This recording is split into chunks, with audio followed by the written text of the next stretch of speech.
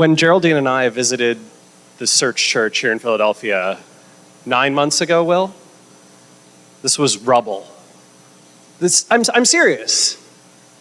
When you visited this neighborhood 6 years ago, there was nothing here. There was gravel lots, empty grass fields. Look what they built. Look what Will's building. Look what you're all building. My God, I am so heartened. I am so excited to be part of this industry where we can take, a guy from whose dad, right, is from Northern Liberties, who moved out because the neighborhood was terrible, have his son come back to this neighborhood and help build it into something remarkable. And Will probably won't mention this, but Seer Interactive was named the Philadelphia area's 25th fastest growing, one of the country's 25th fastest growing companies in an inner city. My God. Congratulations, Will. Congratulations, everyone at Seer. Amazing.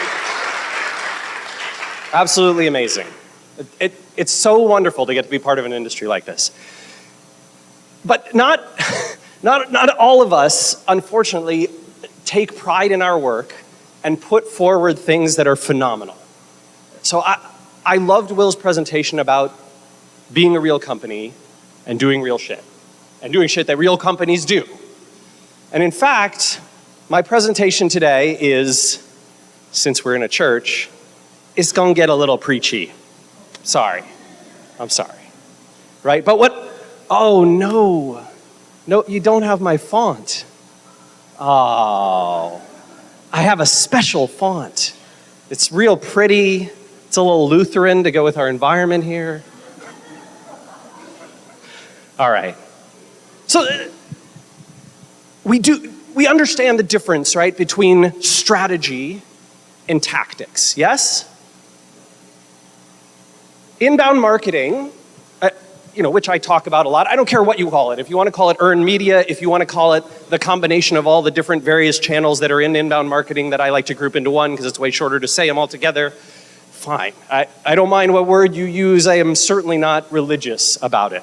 However, it's a strategy because it leads to a lower cost of customer acquisition. When I pay by the visitor or by the conversion, I'm paying to get customers. When I do inbound marketing, it has natural network effects. Joanna was just up here speaking about how retargeting is not like some other channels where you just set it and it keeps growing on its own. SEO is. Right? Good SEO grows on its own because the network effect of having great content and ranking well means you earn more links, more people share your content, more people are sharing it with their friends, it's ranking higher, more people are searching if they have good results, You spend fewer dollars, you earn more customers, you build a scalable, repeatable, networked process. There's one piece that's the keystone of this, it's content.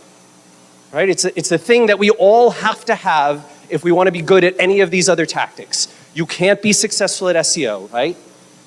Without content, there's no SEO, no social media marketing, no community, no CRO, no funnel, none of that.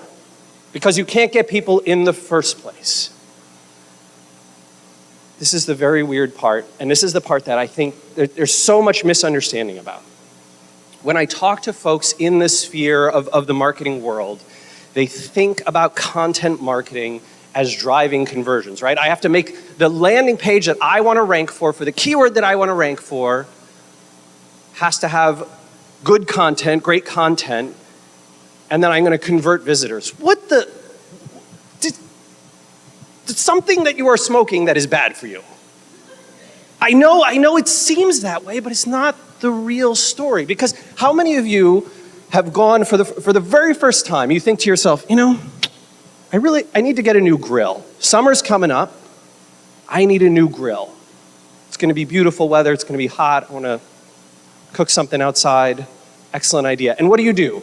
Of course, you go to Google and you search for grill, you click the first advertising link, and then you buy it, right? Whatever that grill is, you just make the purchase, right? That's how everybody buys on the internet.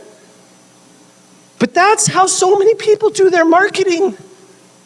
This is what I'm talking about when I say that there's something bad being smoked. You are not converting customers directly.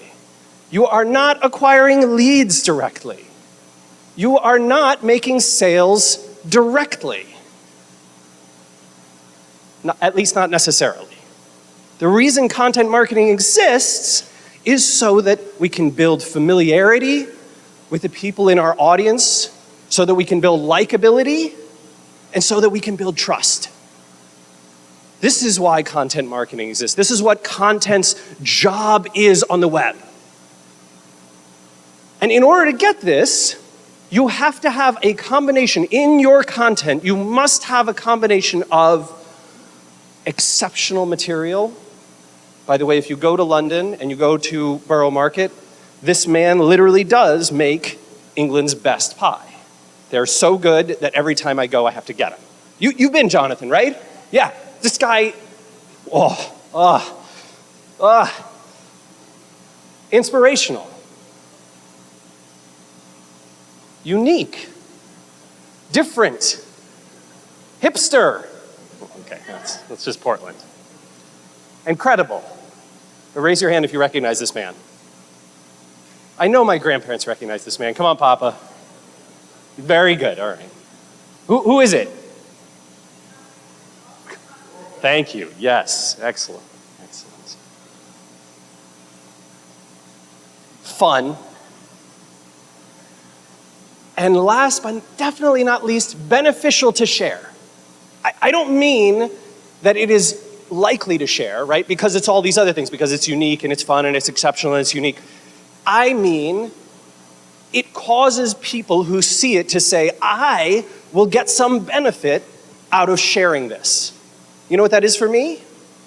For me, when I see content on the web, I look and I say, if I were to tweet that or put it on Google Plus or put it on my Facebook page or email it to somebody, would other people be likely to retweet it or think more highly of me or follow me or take some action? Will it make me look good to share this thing? If it does that, I'm in. And so is everybody else who shares on the web.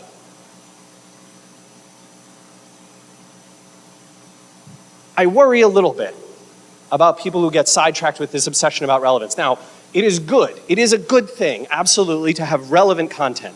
But what relevant means might be a little different from how we typically interpret it. The experience that I've had on the web with content marketing is that great content that performs well doesn't have to fit the relevant to current customers scale. You can be all the way on the left of this diagram. You can be on the relevant to anyone who potentially interacts with potential customers.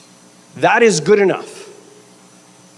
That is enough relevance. For me, that's enough relevance for your content marketing. And if you think outside the box of relevant to my current customers, your possibilities for what you can produce expand dramatically.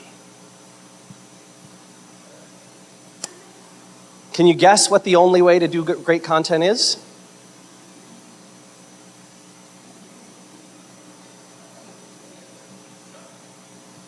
Do it and then fail.